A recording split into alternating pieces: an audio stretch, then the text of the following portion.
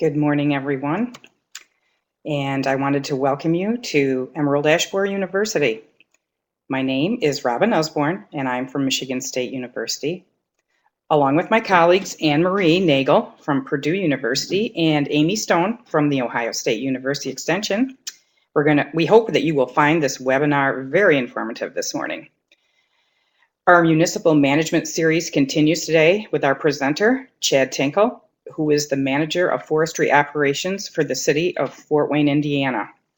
Chad received a Bachelor of Science degree in forestry from Purdue University and is an ISA certified arborist. He worked as a commercial arborist with a strong interest in plant healthcare for 10 years, and then 9 years ago, he brought his talent to Fort Wayne's municipal crews, earning the position of manager in 2009. Chad is the immediate past president of the Fort Wayne Arborists, and he serves on the board of directors for the Indiana Urban Forest Council.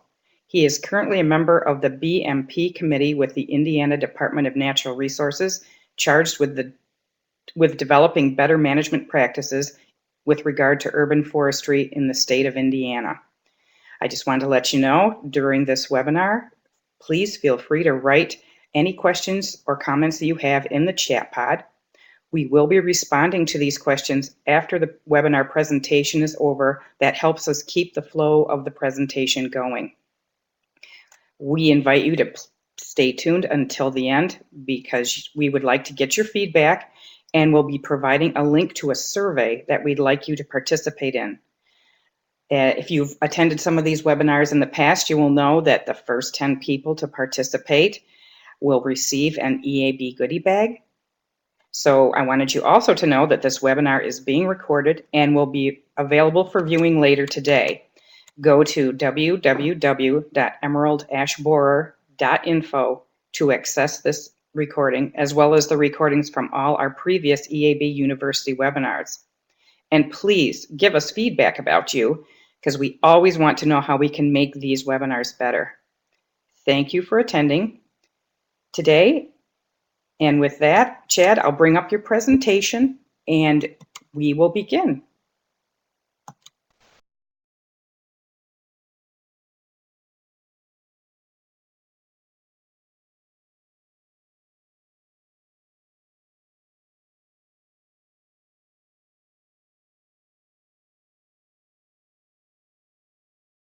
Okay, like she said, my name is Chad Tinkel, manager of forestry from Fort Wayne, Indiana. This is my, so to speak, my entrance slide into my presentation. I did want to point out one thing as we go through here. I'm going to use my pointer here if everybody can see this pointer. This area here is a park in downtown Fort Wayne with at least 80% of that canopy being ash trees. And it still looks like that today. Being treated, they're doing very fine, very healthy. And also there's a main boulevard. This is our courthouse here. And there's a main boulevard that runs down through here that has probably close to 200 autumn purple ash that are also doing very well, being treated. They've been treated since probably '06, so doing very well. I just wanted to point that out real quick before I started to get going. All right. Usually what I do in most of my presentations,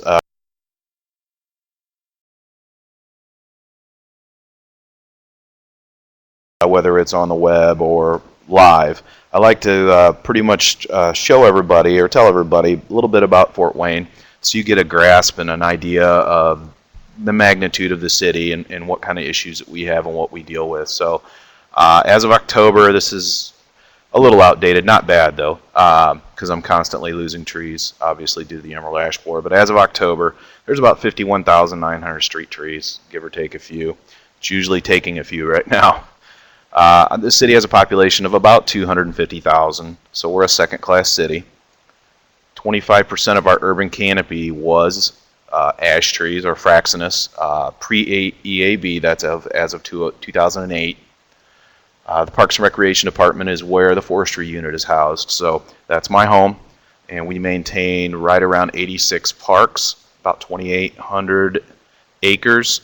The majority of that acreage is in floodplain as well, so that's an interesting fact along a lot of our rivers. We have 3 rivers that run through the city of Fort Wayne.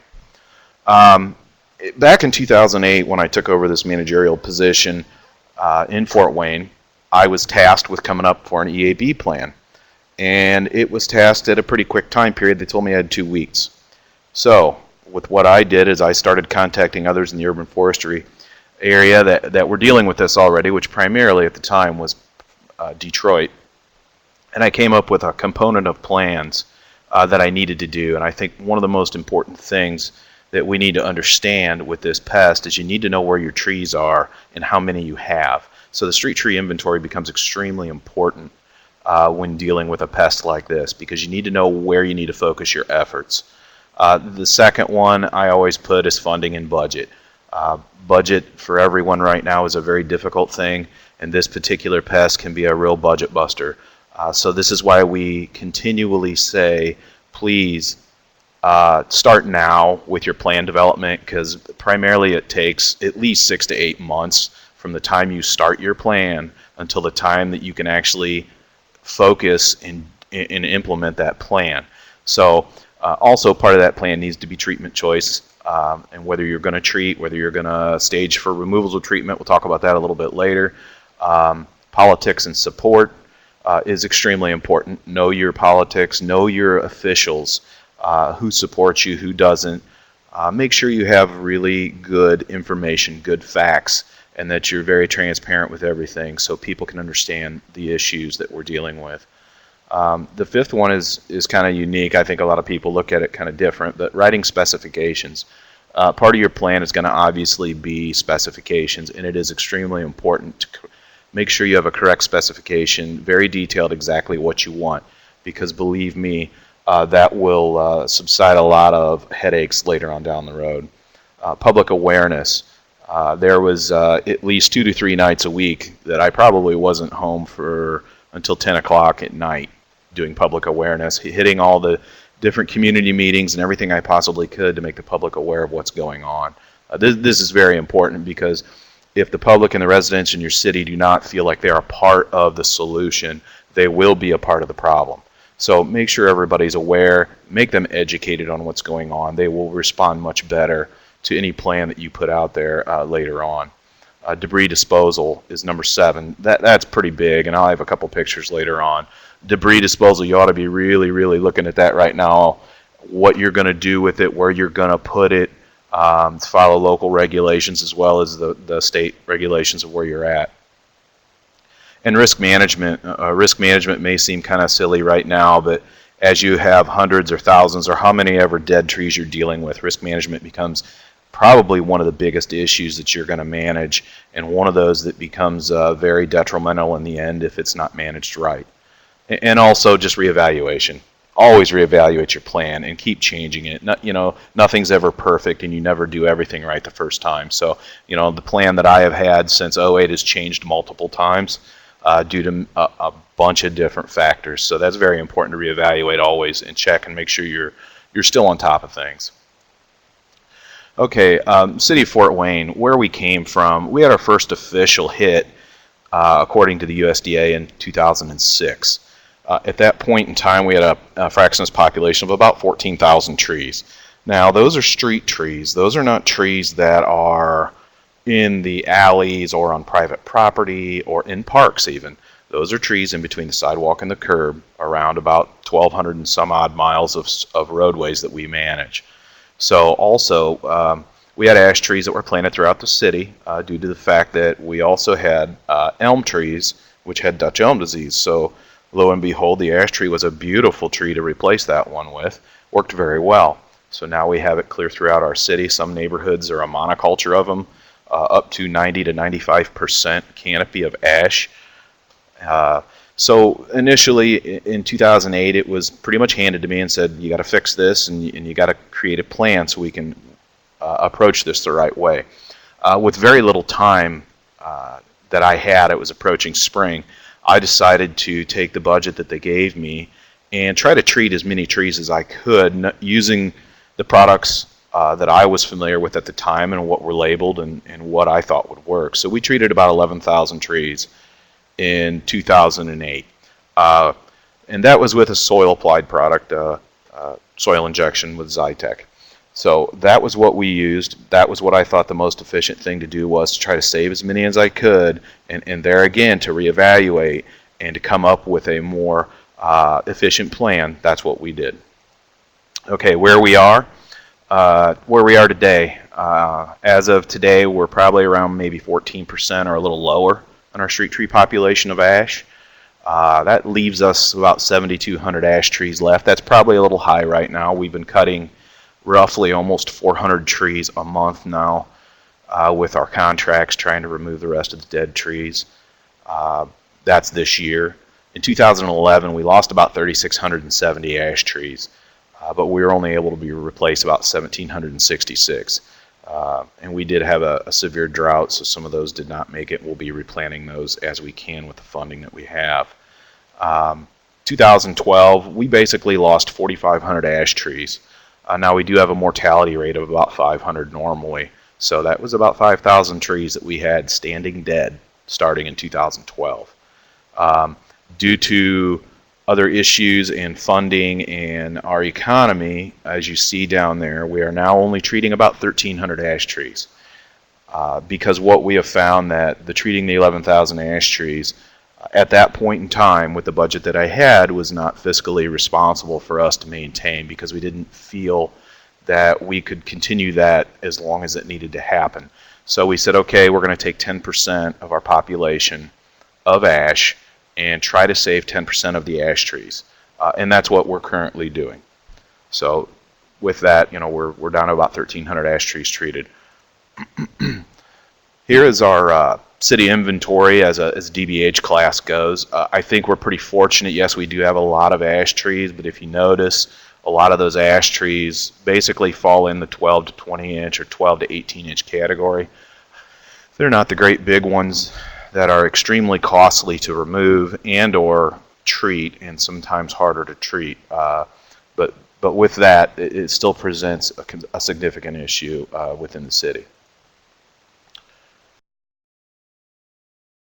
When I first contacted Detroit and we started discussing death projections and how to keep up with this pest, I think a lot of people initially get lulled into the feeling that you can keep up with this and that I can get these trees removed and replaced and keep up with this. That the blue line that you see represents initially, if you can see my pointer right here, this blue line, this is what I projected in 08. Considering the fact that in the first couple years, first 2 to 3 years of this infestation, I only lost about 1,800 trees. So I said, I can keep up with that. That's not a problem. So you're lulled into this feeling that, oh, well, this is going to be a nice slow death curve and I can keep up. Well, that's so far from the truth. The red line here is actually what is happening. And we went for the first 3 or 4 years there and didn't lose that many, but going into the 4th and 5th year, we had what's called exponential death. And we went from losing 1,800 to 2,000 trees in 3 to 4 years, that in 1 year losing almost 4,000 trees. And then the second year losing another 4,000 or almost 5,000. So we lost almost 9,000 to 10,000 trees in 2 seasons. So starting in 2012, we literally have 8,000 to 9,000 standing dead trees. That is a very significant issue, believe me. All right, our removals in 2011. In a typical year, I lose about 500 trees due to whatever different mortalities. Could be a car wreck, could be another insect or disease, but about 500 a year is what we usually deal with. And we also do pruning. We also prune about 3,000 trees a year. So we have other functions, not just the removal of trees. We do prune trees and we do several other things. So in 2011 then, as I said before, we lost about 3,670 ash trees, close to 3,700. Okay, well, if you combine that with our normal 500 that we lose, what does that mean? That means we had over 4,000 trees that we needed to remove that are dead. These aren't trees that are just maybe 25% dead. These are completely standing dead trees. So over 4,000 trees is a very big problem for me, considering the fact that I only have about 4 full-time staff. I have 4 full-time arborists that works for me, and I have some seasonals, but they're only there for about 10 months out of the year. So that means I needed to remove over 4,000 trees in 2011. Well, with that being said, I shut down the forestry division and did nothing but removal of ash trees. We didn't do anything. We didn't do any pruning. We didn't do special requests, site obstruction issues. Unless there was another major storm event that came through, all we were doing is cutting trees, which means we could cut about 1,670 a year. Well, what does that mean? That puts me at 2,500 trees that I needed to contract out for removal.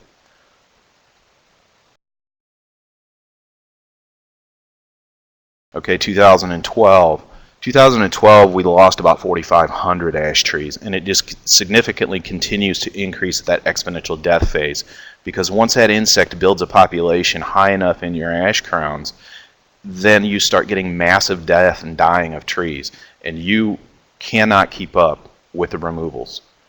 It is just impossible to keep up with them. We normally, like I said, lose 500 trees, so we had 5,000 on top of the previous 4,000 trees dead, standing dead in the spring of 2012. You know, our projected cost was about 1.8, 1.9 million, and that's only about a 30% replacement is what that is projected out. Impacts of EAB. We've been dealing with EAB now since '06, and it has become a severe issue. It ties up probably about 50% of my time in a single given day, and that is since '06. That is a significant amount of my time, considering the fact that we manage a second-class city with a street tree population of what it was almost 60,000 trees, and with about another 20 to 30,000 trees in our parks. So we had many other different issues that we deal with on a day-to-day basis. So to have 50% of my time wrapped up in just one issue presents significant issues, other ones along the way. Public safety is one of the most important things that any city manager will tell you that they're interested in, is they're for the safety of their residents. So the instability of these dead ash trees is a huge problem, because usually within about 8 to 12 months we start getting some limb shear happening, just due to the fact that, for whatever reason, combined with the droughts and what the insect does to the internal parts of these trees, is that the fiber of the tree weakens pretty quickly, and you don't necessarily get uproots or complete tree failures, but you get a lot of scaffold limbs shearing.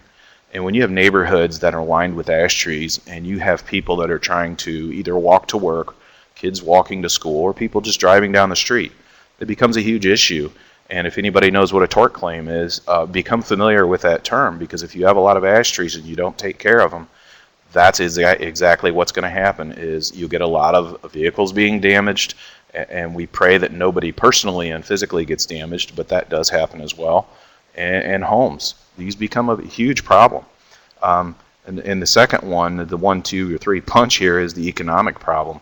Our budgets are strained enough as it is across the United States, and to have something come in such as this insect, it is a municipal budget buster.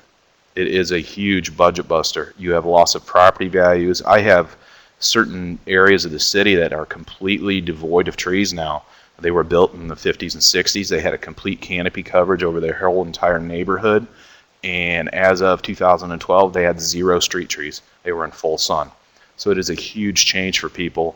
There are actually certain people that are putting their house up for sale because they bought the house because of the shade, and it is no longer there, so they're going to move on. Environmental issues, number 3. We have a loss of green benefits, and I have a lot of slides later about the green environmental services that trees provide that you lose, and it is tremendous. Also, last but not least, is political issues.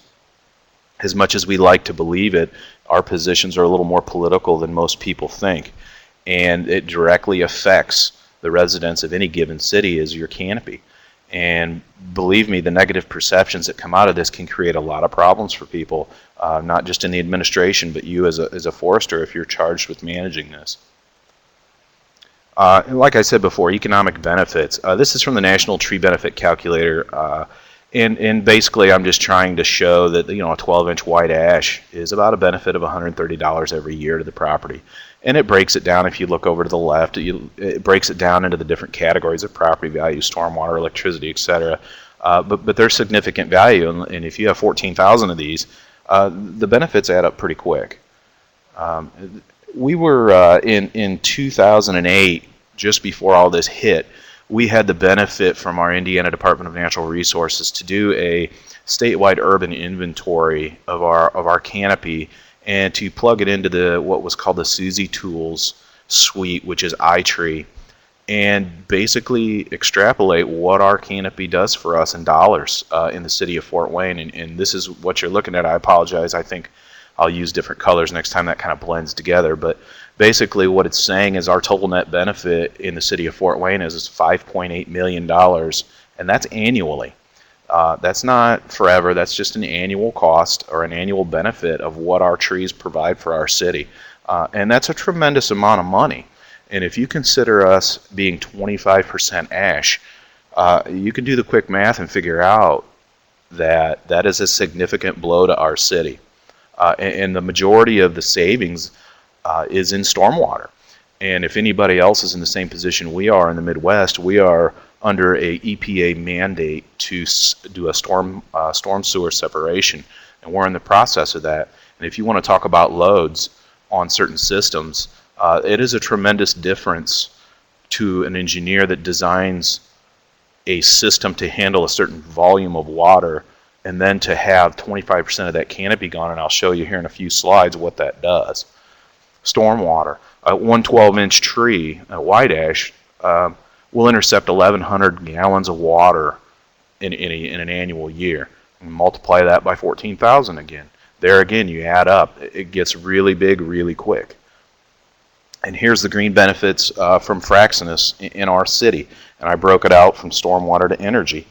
$1 million in annual savings. Now, if you want to take that whole canopy on our whole annual savings, that's 17% of the entire savings in an annual year is just from ash trees. And we will lose the majority of those, other than the 10% we're treating. So that's a significant inflow. If you look at it, look, there's 15 million gallons of stormwater annually that those ash trees keep from our system. So if anybody knows city planning, you'll understand that those engineers designing those storm sewer separation projects, those plans were done a long time ago. And if they're under the implementation phase, then they've designed them on a system that had 15 million less gallons of water. So you're already behind on that particular part of it. So this is a tremendous issue, and the conservation of your ash canopy can affect you in many different ways. And this is just part of it, is your energy savings as well as your stormwater. These are two huge things. One of the examples I have, and I always use this one, and I don't mean to pick on Westland. They were in this happened in the very beginning of the EAB onslaught in Michigan, near Detroit. EAB arrived in their area, and they were a little bit afraid, so they decided, well, we're just going to cut all of our ash trees down, and then we won't have the issue. We can replant, and we'll be ahead of the game. Well, they cut 3,000 ash trees, and due to the loss of shade, the following summer they had a 33% increase in their water consumption.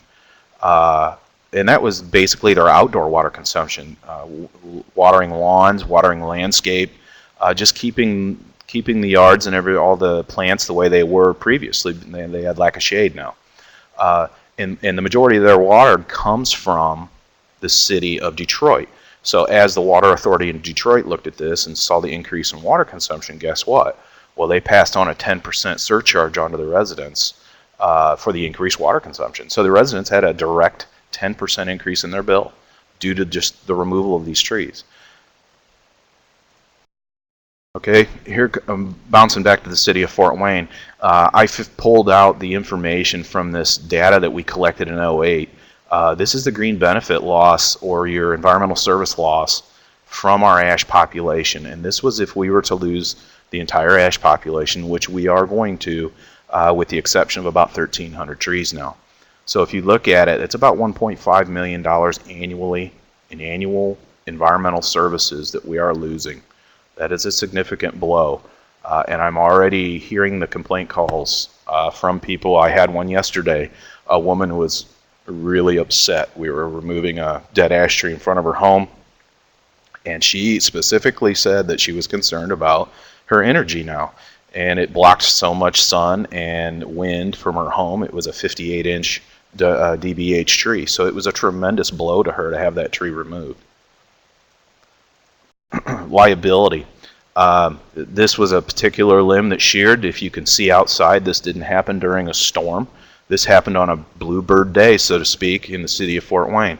This is in one of the neighborhoods that is probably over 90% ash canopy, and there was a vehicle there. We had moved the vehicle. I didn't get a picture of the vehicle. It did fall and crush the top of the windshield on the vehicle. So these are the kind of issues that we have.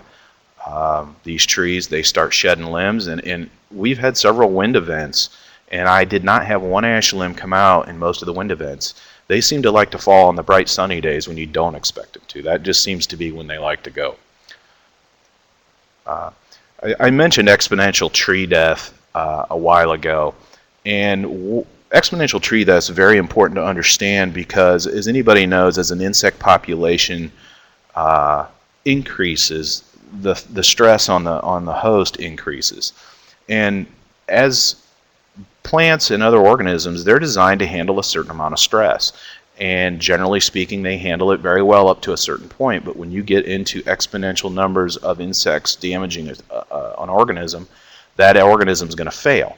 Well, when you it's very similar with this respect, that as soon as that insect population increases, the death increases exponentially with it. And when we say budget buster, those first few years will lull you into thinking that you can keep up, which is what happened to me with 1,800 dead trees in about 3 to 4 years. Yeah, we can keep up with that, no problem. Well, in one annual season, we had 4,000 die, and then the following another 4,000. So it's just an exponential issue that you cannot keep up.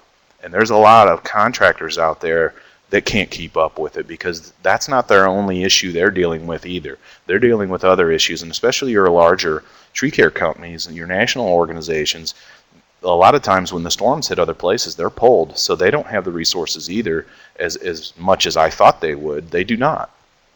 So basically, you have a massive issue here in terms of exponential death. The repercussions are huge. Property damage, public safety, your environmental issues, all your benefits that you lose. Property damage can be a big one too. All you need is to have one fatality due to a limb or a tree, and you've eaten up twice as much money or more than anything will ever cost you in the treatment of these trees. And with exponential issues comes exponential problems. Like I said, budget buster. In the city of Fort Wayne, 14,000 ash trees, I think by the end of this whole scenario, will probably cost between $8 and $9 million. And I think that's very conservative, considering the fact that there's other cities dealing with this that are probably have double or triple that amount of money. Just due to the fact that our bidding and our local businesses are very, very, very cutthroat building right now. I guess I probably shouldn't say it that way, but it's very competitive right now. So our removals and our planting and everything else that we're doing is very cheap comparatively speaking to other places. Like I said, the public safety issue, the decompose very quickly, your green service loss of property values, complaint call volume, that is a huge one. I have upwards of 250 complaint calls a month specific to ash trees. And that's not everything else that we deal with. That's specific to ash. 250 was my peak, and I'm still getting, it's declined a little bit now, but so is most of my ash trees. So, but I'm still getting well over 100 to 150 calls a month just for ash trees. Like I said before, delayed pruning cycle.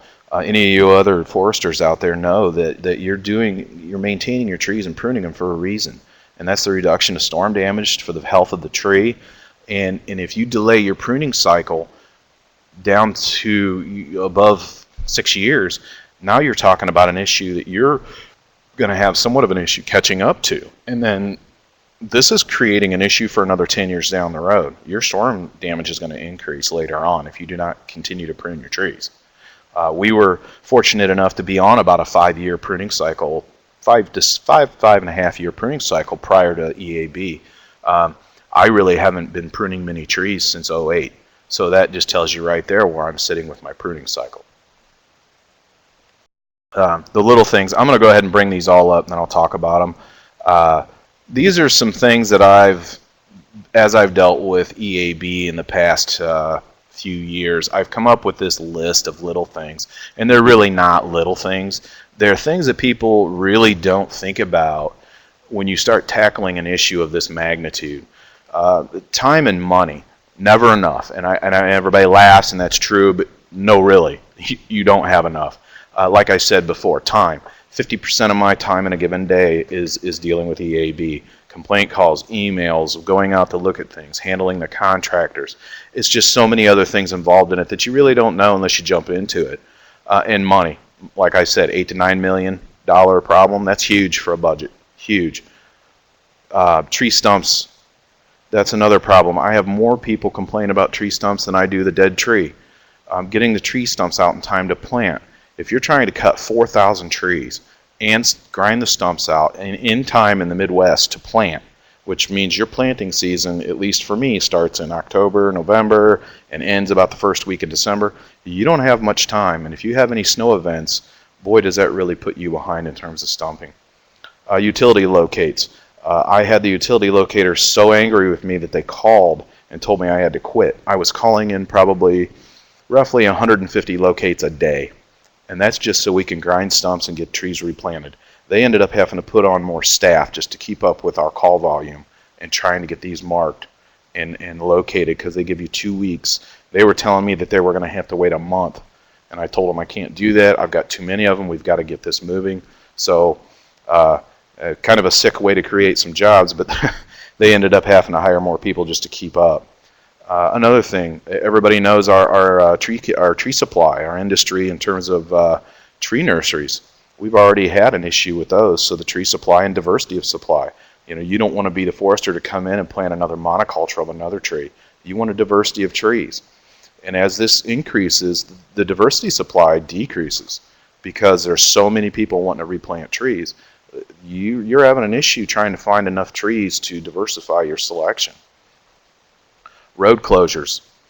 If you have an entire street with 100 dead ash trees on it, do you think you're going to want people driving up and down the road while you're trying to remove these trees? No, you're going to want to close that road down. Well, that involves closing major arteries sometimes, or closing lanes in major arteries. You know, you have to talk to the other authorities, the police, the fire, ambulance. You have all kinds of issues that happen there. Lack of labor and in-house labor as well as contractors, and I spoke of this before. I had a rather large contractor take on my first one, and I figured, great, I got a large contractor, no problem, they're going to get this done. My 2011 contract is still running. We had 3,670 trees to cut. I have 4 trees still standing right now. I thought they were all done actually, but I found out today I have 4 still standing from an 2011 contract. And that's due to the fact that these large companies, they have other customers, they have other things to do. We had a massive windstorm in June 29th. I had to pull all crews off my ash trees just to clean up the city. That put me back by 6 to 8 weeks. And then we just got back rolling again on it, and then the hurricane hit. Well, my large contractor, they're gone. They go to the hurricane. So guess what? There sits my ash trees and my stumps, and we lose another 6 to 8 weeks. So here we are, 2011 contract still rolling at the end of 2012. That's things people need to understand. You know, nothing's ever perfect. Nothing ever goes the way you want it to. The weather delays, I'm just praying for no snow this year, just so we can get our stumps done. Complaint call volume, you know, I've talked about that already. My complaint call volume is huge, and when it gets so big that they start calling their representatives, then you start getting calls from your administration. So now you've got double the calls on the same issue. My loss of pruning schedule, it's going to increase storm damage later. I know it will, but it's going to be 10 years later. You know, so I'm setting myself up for more issues 10 years down the road that I'm going to have to answer. And people have a hard time looking back 10 years to the cause of why we're having an increased storm damage. Loss of budget. Everything in my budget basically goes to this right now. I've had to cut other things out that we normally would provide just to manage this issue. Increased stormwater volume, increased utility bills.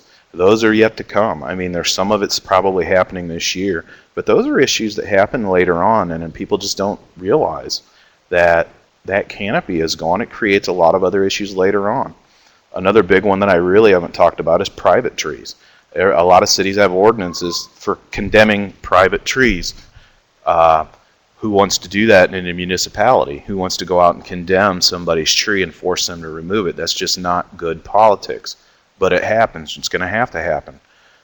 If not, if the city takes on those, then there is another double the amount of trees that you're going to have to remove in private property that could be in the backyard, next to a house, next to the power lines. There's a whole other stream of issues that come through private trees. Sidewalk damage from removals. It happens. It will happen. I'm dealing with it now. There's tons of them that happen. And I tell the same story. I probably told it. People that have heard me talk before are sick of it. But I've had a contractor cutting at some trees on one of my streets. They broke 5 slabs of concrete. 5. I was out there looking at them going, guys, was it a contest to see, you're throwing the chunks, seeing how many you can break? It's kind of funny as a joke, but it really wasn't, because that resident was really upset, considering the fact that they're responsible for the concrete in front of their home. Obviously, the city had to cover that particular job, but when you have a resident saying, okay, when are you going to fix my sidewalk, and it's in the middle of the winter, boy, we have another issue then. Debris disposal. I have a couple pictures later on of some of my disposal yard.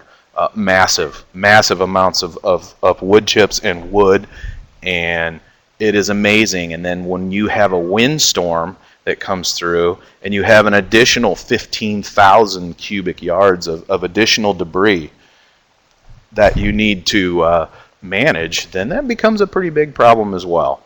So politics, I always say I don't really need to say any more about politics because it's self-explanatory. The massive windstorm, like I said, we had a massive windstorm that came through, and we pretty much shut down the city trying to get it cleaned up. Contractor defaults. This is another issue that I had. Anytime you have a public bid process and you're required to take low bid, you're always at risk of having somebody come in that underbids and maybe looks good and their company looks good, but eventually you find out that they can't handle the job. That happened to me this year. I had a company that I wasn't real familiar with come in and bid. They bid really low. Unfortunately, we took them. They ended up making a financial error as well and still took on the job. We were required by state statute to take it. They followed the same protocol as every other company did, so we took them. They pretty much took them about 2 weeks to default on the contract. So there we sit with a PO already cut and having to go through the whole entire process again. So you want to talk about delays. We've had a few this year. With Mother Nature and other unforeseen things happening, we've been set back quite a ways.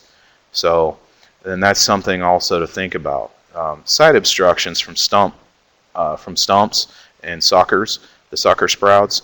Believe you me, those things grow 4 feet in a week, I think. And that's another issue we've been dealing with, because here you have a tree that's dead or dying. You got to cut it. It's even marked to cut, but you have this sucker sprout at the base that's creating such a site obstruction problem that you have to send a crew out just to cut the suckers off of it and leave. You're not cutting the tree, so now you're doing double travel time and you're doing double duty on the same exact tree that you got to come and cut down. That is huge.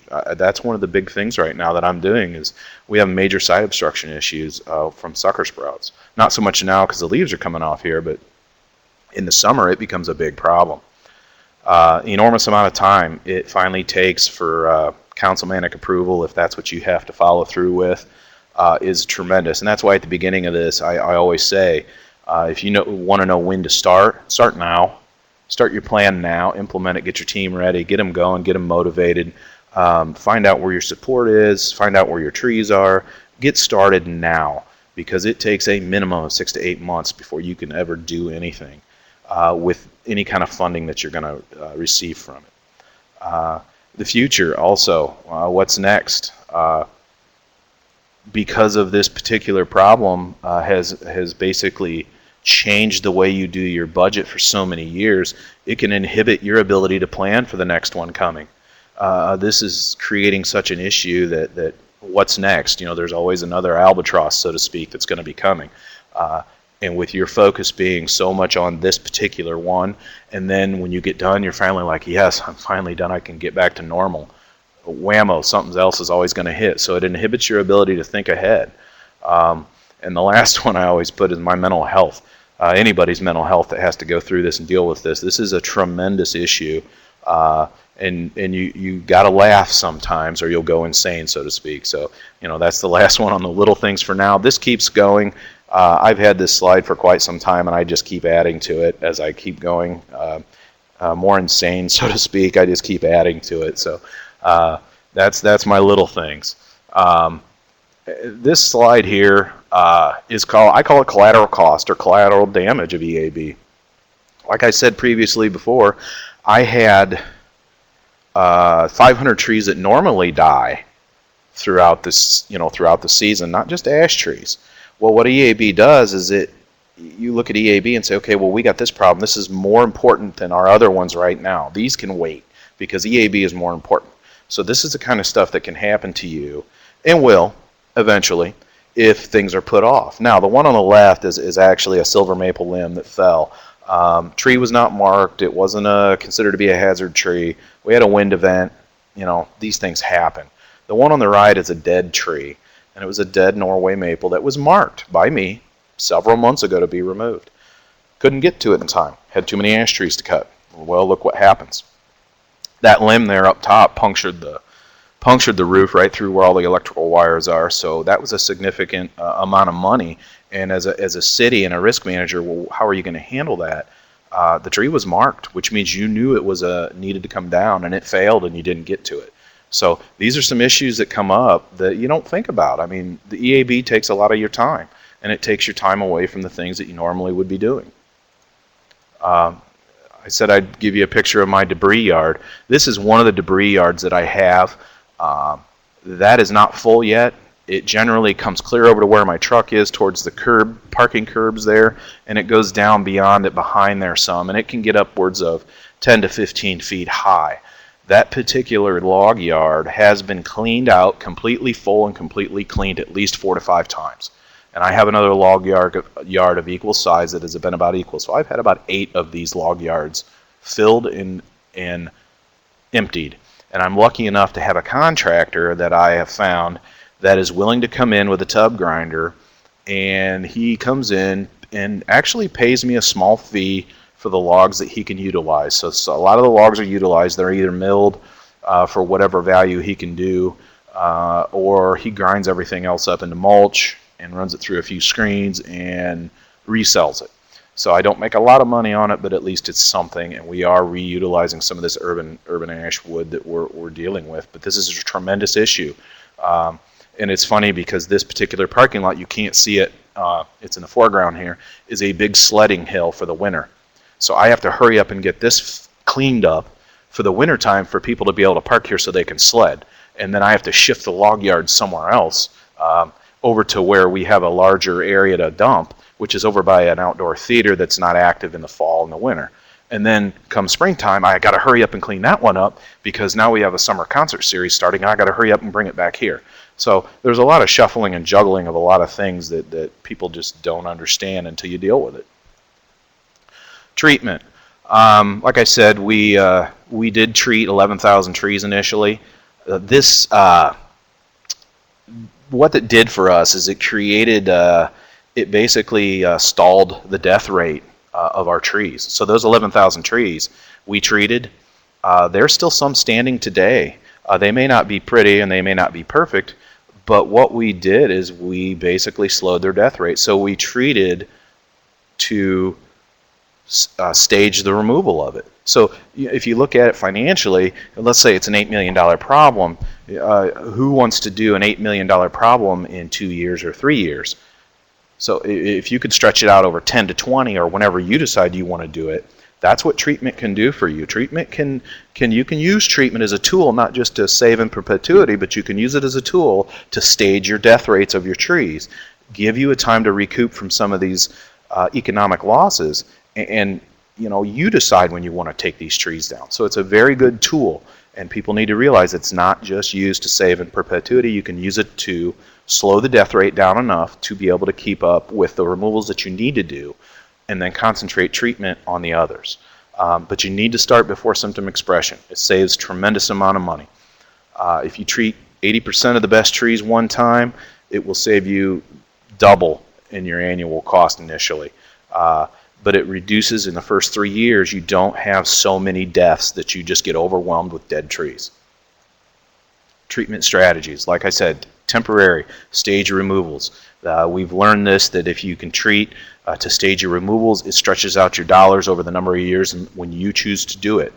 You do it long term. Conserve your canopy, service life of the tree. People need to understand. Everybody always says, oh my gosh, I got to treat forever. No, you're not. You're treating for the service life of that tree. Trees don't live forever. They do have a service life, especially in the urban environment. So you're treating for the service life of a tree.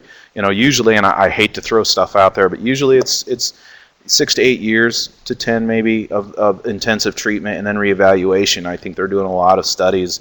Deb McCulloch and them are really working on this to see exactly how long that intensive treatment phase has to be. Then we can come back and reevaluate like we always do, and reevaluate where our treatments are. EAB ends up starving out, your ash trees are gone, so the level of pressure on those trees drops significantly. So the amount of treatment can drop as well, hopefully. I'm not saying that's true right now, but that's the kind of things that are being looked at right now. So there's actually quite a bit of positive outlook here. It's not all doom and gloom. Conclusions. Basically, if you protect just half your ash trees, you're going to reduce your annual costs, because protecting just half of them has somewhat of a symbiotic relationship. If you're reducing that population of insects for everything, then the pressure goes down, and so does the damage on your other trees as well. Delaying your protection plan until symptoms appear, it'll double your maximum annual cost, because what will happen is those trees will progress much faster with the insect than you think, and they will be non-treatable, which means they have to be removed. And removal costs are much, much higher than treatment costs. Some work that Dr. Cliff Sadoff from Purdue has done, he basically states that a one-time treatment of 80% of the best trees in Fort Wayne paid off, basically reset me back to ground zero. So if I treated 80% of my trees and I'm 2 to 3 years into an infestation, it basically set me back to the first year, because it allowed me to regroup and come up with my plan, because it held off the insect for that period of time. It just slows the rate of tree death. And it also saves them too. So you can use it either way. I got some pictures here. I'm going to try to hurry up through these. I know I'm taking a little long here. This is that boulevard I was talking about that has about 200 ash trees along it. These are all autumn purple white ash.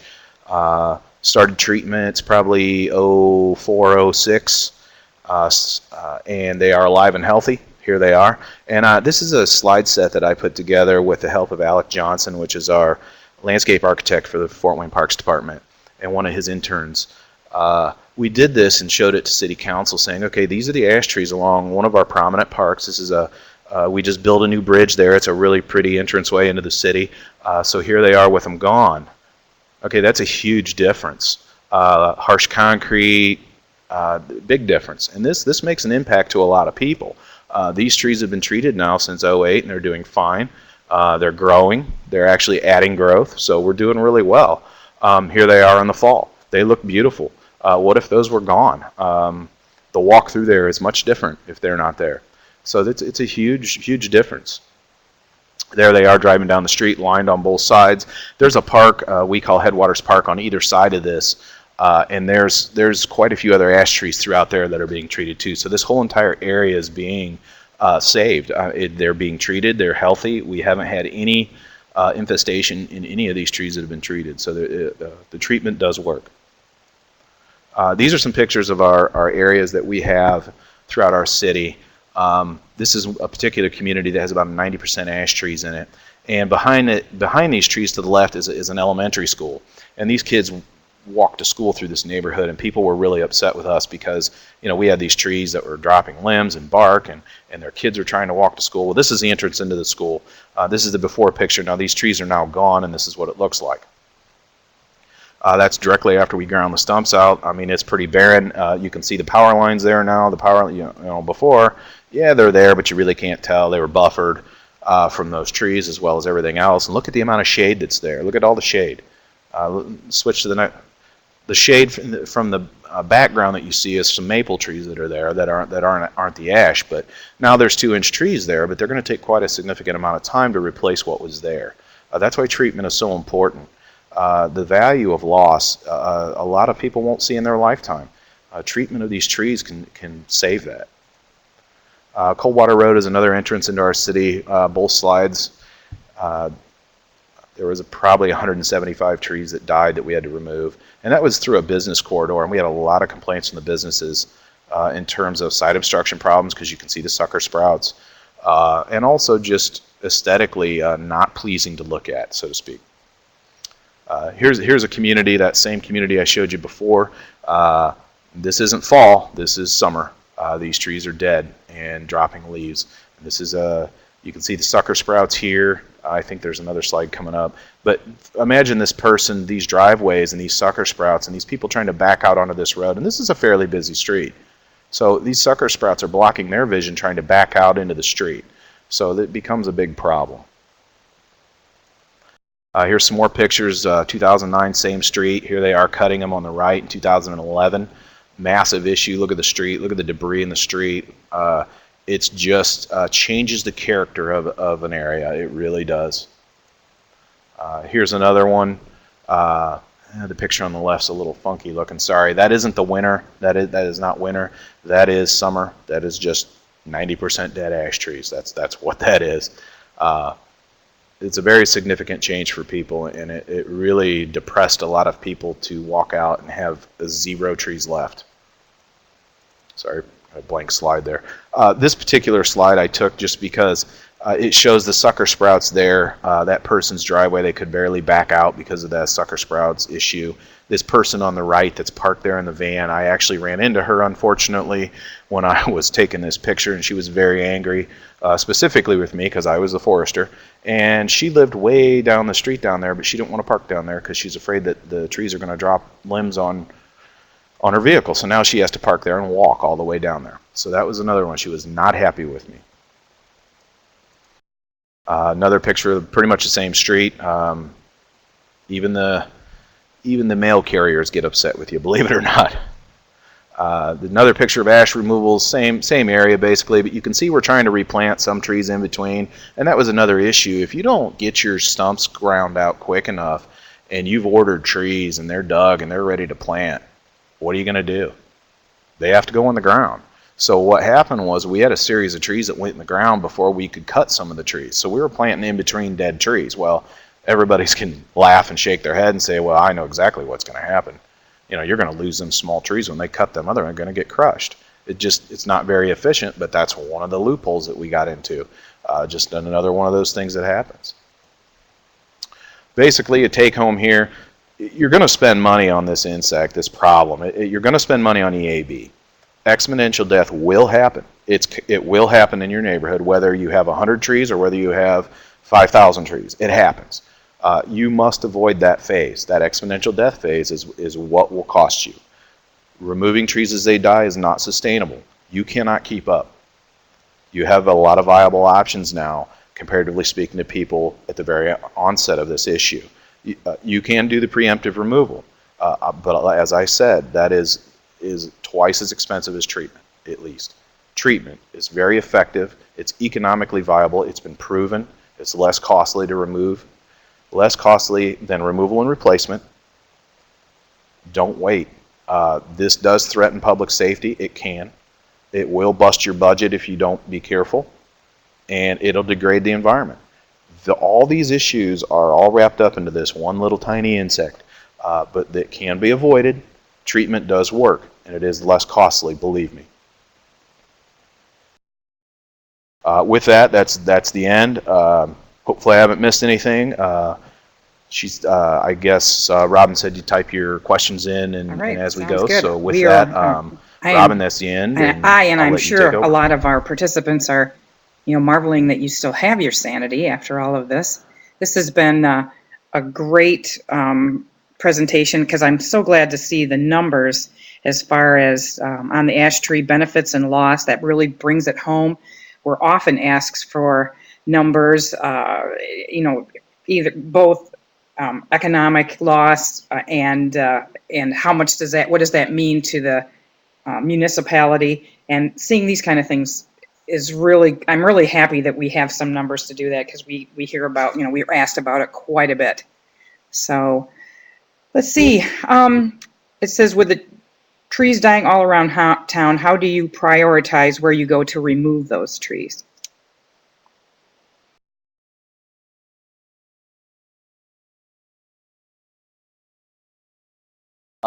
Basically, where I started was we did a risk analysis, and I probably should have brought this up. We initially did a risk analysis of all the trees.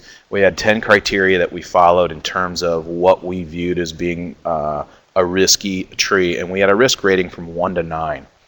And the risk categories included, how close it is to the street, the house, the structure of the tree, was it already completely dead, basically the level of canopy death, if it was dropping bark, was it dropping limbs. There's a lot of things to look at, but you need to do a risk analysis, and that can be a whole nother talk, because what it does, and a lot of times, people say, well, municipalities are protected with the act of God or act of nature clause, if something happens. Well, not necessarily true all the time. So if you have a risk analysis set up, then you can go by your risk analysis, say, okay, all my critical number 9s are going to get cut first. So those are the ones we mark first. And then you can move so on and so forth through that risk analysis. And you keep analyzing that as you go from year to year. But one of the things that I did initially when we first started treating trees was any tree that was near the power lines, I didn't treat, because it wasn't supposed to be there anyway. So we let it go. We knew we were going to lose them anyway, so we might as well not treat them and expend the money there. But it's every city's going to be different in what they have in their risk analysis. So that's how we did it in the city of Fort Wayne. It's a pretty lengthy list for me to go through right now, but there was a lot of different categories that we looked at. We had one. What costs were incurred by treating the trees for EAB first?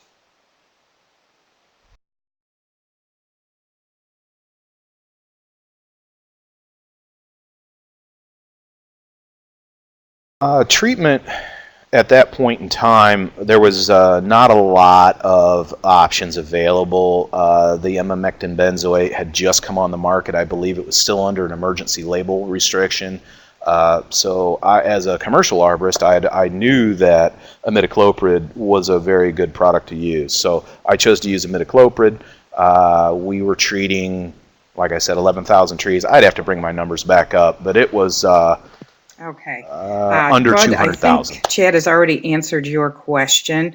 Dave says, is there an expanded regional or national report on cost savings resulting in treatment being done prior to the discovery of EAB? Dave, I'm sorry, I do not know the answer to that question, but I will see if I can find out. Let's see.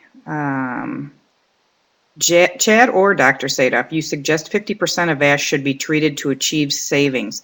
Does this mean that a community that can't treat at that level should just forget about treatment, i.e. no appreciable cost savings? So I'm not sure who wants to answer that one. Whether you want to take a stab at it, Chad. Okay. I'll defer. I can talk about it, but Dr. Sadoff, I'll defer to him first and let him respond to that. He's done a lot of work with his Saul asks, calculator. Was your treatment program contracted out or done in in-house, and what was the product cost?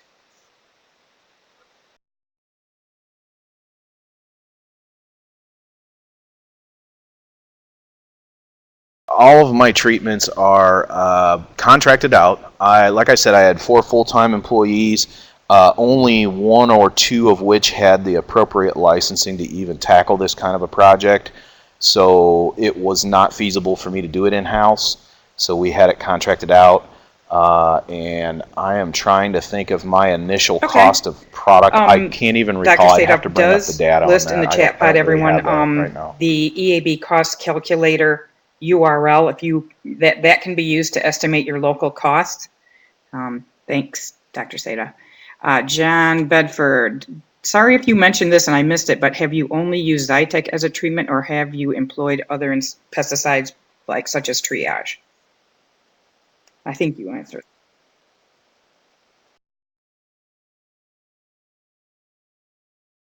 Oh, that's a good question. Yeah, I did. That's a really good question actually, because a lot of times I miss things or I don't bring things up. And what do I like to look at everything. And Sean Burnett from Rainbow Tree Care kind of coined this a little bit, but the toolbox approach to this. You know, you use everything in your toolbox to attack an issue, and what everybody needs to understand is not one product is the best. We use multiple products. I'm not a fan of using just one. I started out using imidacloprid, which was at that point in time I used Zytec. Then they came out with a 2x rate Zytec. I began to use that. As the insect pressure increases, especially on your larger trees, then inevitably you usually have to switch to a triage product, which I did in the last probably year. I moved some of my trees to using triage. Especially some of the larger ones. So yes, I've used both products, and I still use both products. Questions. Are you replanting with B&B or bare root? Have you looked into the Missouri gravel bed for holding bare root into summer for planting?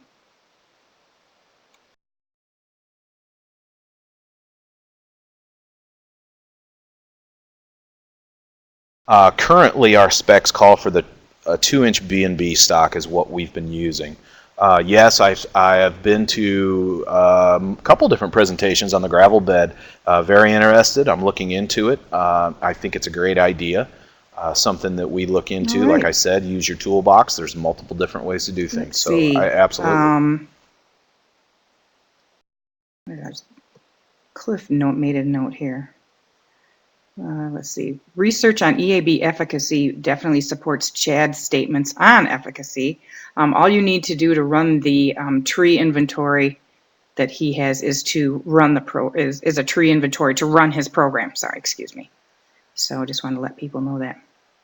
Let's see. Any more questions, folks? Let's see.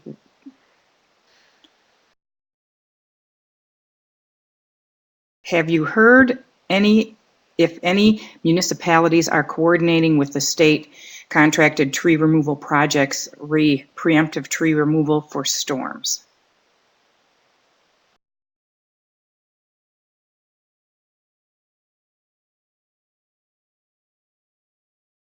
No, I have not heard of that. I try to stay away from preemptive tree removal unless we have a predisposed issue. If the tree is a known hazard, then that's a different story. But I don't think preemptive tree removal in terms of EAB is a viable option, in my opinion. I think that there is much better options than preemptive Brad tree is saying, removal. is reminding folks that the municipal webinar series can be found on the emeraldashboard.info site and the EAB University on Demand.